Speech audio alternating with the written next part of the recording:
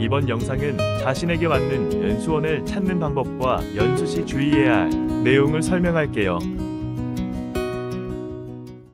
이제부터는 연수를 통해 지도자로서 필요한 지식과 기술을 교육받게 돼요. 연수 과정은 이론 교육과 실기 교육으로 구성되며, 이론 과정에서 전문적인 이론 지식, 안전 관리 능력, 다양한 지도 방법, 윤리 교육, 시설 운영 방법 등을 교육받아요. 연수 시 수업에 대해 별도의 평가가 없어 성적에 따른 탈락 여부는 없어요. 하지만 생활 스포츠 지도자로서의 전문성과 자질을 갖출 수 있는 유익한 교육이므로 적극적인 수업 참여를 권장해요. 수업 참여 시 필요한 몇 가지를 말씀드릴게요. 필기도구는 특별히 필요치는 않으나 강의 자료를 타블렛으로 보는 건 편리해요. 강의실이 냉방이 잘 된 곳은 상당히 춥기 때문에 바람막이 같은 얇은 겉옷을 준비하는 것이 좋아요. 수업을 듣지 못할 정도로 추운 곳도 있어요. 식사의 경우 어떻게 할지 미리 알아보세요. 식당의 경우 오전 수업이 끝난 직후가 가장 혼잡한 시간대라 기다리는 경우가 많을 수 있어요. 간단하게 식사를 준비해 가는 것도 좋아요. 교통편도 미리 알아보세요. 주차가 무료인 곳도 있고 유료인 곳도 있어요. 만약 수업을 마치고 현장 실습을 나간다면 연수원에서 현장 실습까지 시간이 얼마나 걸리는지도 고려해 두어야 해요. 퇴근 시간이라 교통이 혼잡해서 차질이 생길 수 있어요.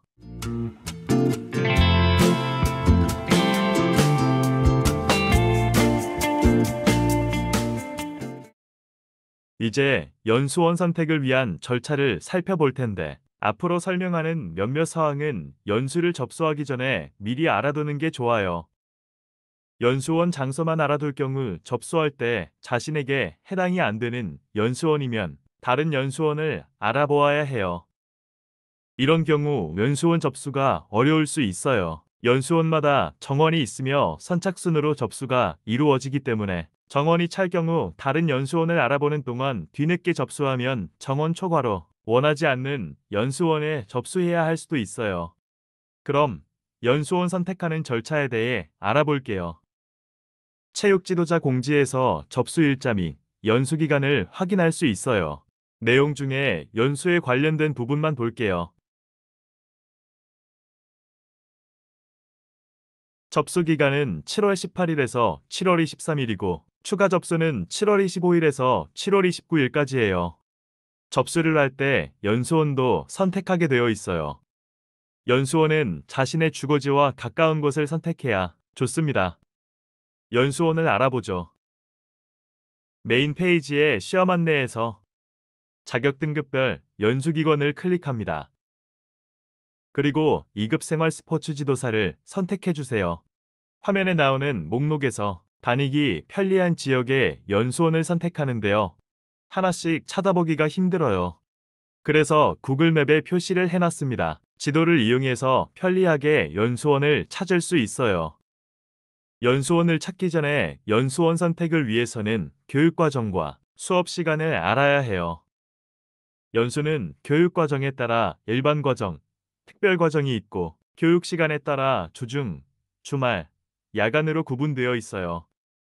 이 중에 야간을 운영하는 연수원은 거의 없기 때문에 야간의 선택지는 많지 않아요. 이 밖에도 노인, 장애인, 유소년 과정만 수업하는 연수원도 있어요. 첫 자격증이면 일반 수업 과정을 듣고 동일 종목의 자격증에서 노인, 유소년을 추가 취득할 경우에는 특별 수업 과정을 들어요. 그리고 수강 시간은 월, 화, 수, 목, 금과 같이 주중에 계속 수강하는 주중 수업과 토, 일만 수강하는 주말 수업이 있어요. 시간으로는 60시간 정도 수강해야 하는데 이게 보통 7일 정도 돼요.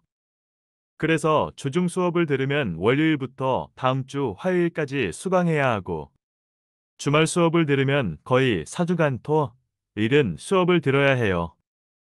예를 들어볼게요. 첫 자격증이면서 주중에 수업을 듣는 사람은 일반 과정에 주중 수업을 하는 연수원을 찾아서 선택하고요. 첫 자격증이면서 주말에 수업을 듣는 사람은 일반 과정에 주말 수업을 하는 연수원을 찾아서 선택해요.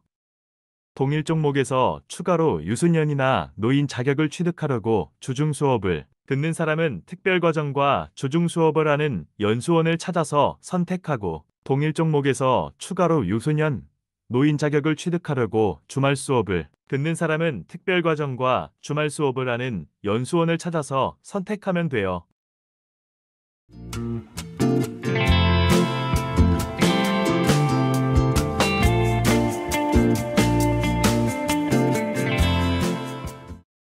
처음 자격을 취득하는 사람은 일반 과정만 해당되기 때문에 영상에서는 일반 과정을 기준으로 알아볼게요. 서울에서 일반 과정에 주중 수업이 있는 연수원을 지도에서 찾아볼게요. 연수원 지도로 이동합니다. 지도의 링크는 설명란에 있어요. 지도 화면에 좌측 레이어에 연수원들의 목록이 있어요. 레이어를 이용하여 원하는 연수원만 볼 수 있어요. 일반 과정을 듣기로 했으니 좌측 레이어에서 일반 과정만 선택합니다. 그 다음 교육 시간은 주중으로 결정했으니 주중만 선택하도록 할게요. 이렇게 하면 지도에 보이는 연수원이 세 군데 있네요. 지도는 이런 식으로 필터링해서 사용하면 돼요. 세 군데만 표시되는 것은 아직 연수원 정보가 전부 공지되지 않은 상태라서 그래요. 실기 발표가 끝날 때쯤이면 많은 연수원들이 보일 거예요. 서울에서 연수하기로 했으니 세 군데 중 서울을 선택해 볼게요. 경희대로 나오네요.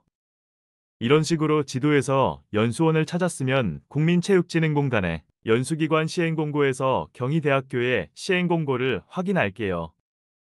국민체육진흥공단의 연수기관별 시행공고로 가서 경희대학교 서울 캠퍼스를 선택해주세요.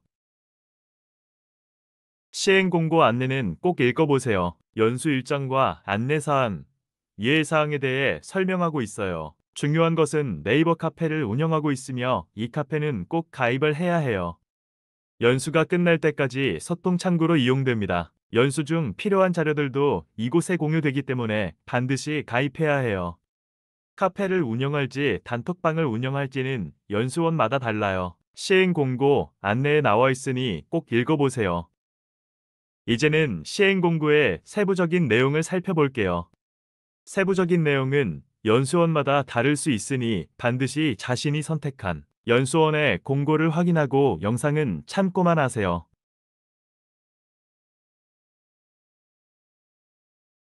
연수에는 필수로 이수해야 할 연수 시간이 있어요. 전체 90시간 중 일반 수업은 59.4시간, 현장 실습은 21.6시간을 이수해야 해요. 일반 수업의 경우 여러 과목을 수강하게 되는데 수강 중 졸거나 다른 행동을 하는 경우 벌점이 있고 심하면 퇴실도 있으니 잘 들어야 해요. 60시간이면 대략 7일 정도 되는데 수업 시간표가 나오면 수강 과목을 60시간에 맞춰서 원하는 수업만 들어도 되나 체육을 전공하지 않았다면 전체 수강하는 걸 추천해요. 비전공자의 입장에서는 상당히 유익한 내용이 많아요. 현장 실습은 전체 24시간 중 22시간만 충족하면 돼요.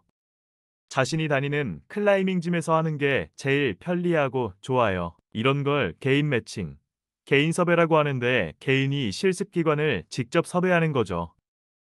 개인 섭외의 경우 실습기관에 사업자 등록 등 지도자 생체 자격증 사본, 재직증명서, 청렴서약서 등을 개인이 직접 제출해야 해요.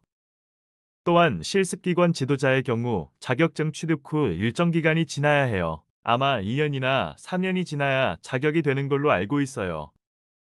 이런 자세한 내용들은 해당 연수원의 카페에 가입하면 자료가 있습니다.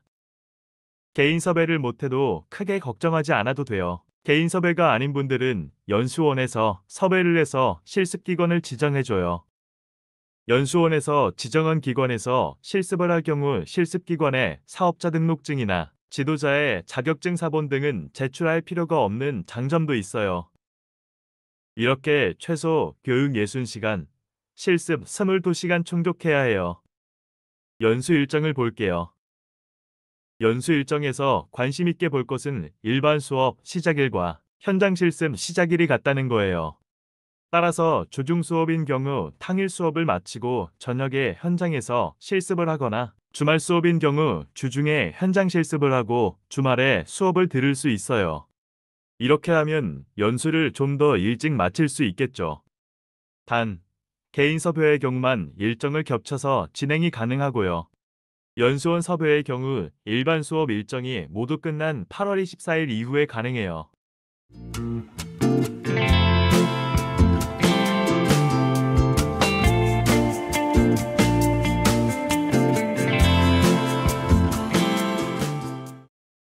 연수 등록이나 등록비 납부는 공고에 나온 대로 따라하면 돼요. 별다른 어려움은 없어요. 연수이수 요건은 출결과 수업 태도 그리고 보고서에 대한 내용이에요. 지각하거나 연수 태도가 불량할 경우 수업받은 시간에서 시간을 차감하거나 점수를 감점받는 형태예요.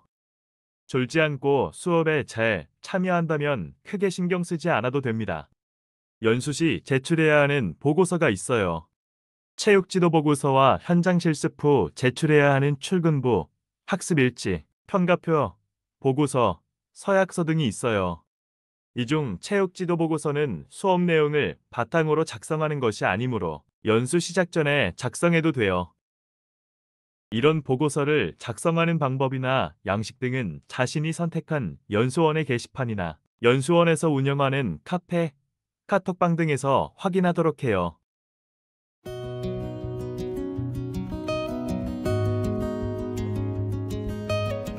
다음 영상에서는 체육지도 평가 보고서와 현장 실습과 관련된 보고서를 작성하는 요령에 대해 설명할게요.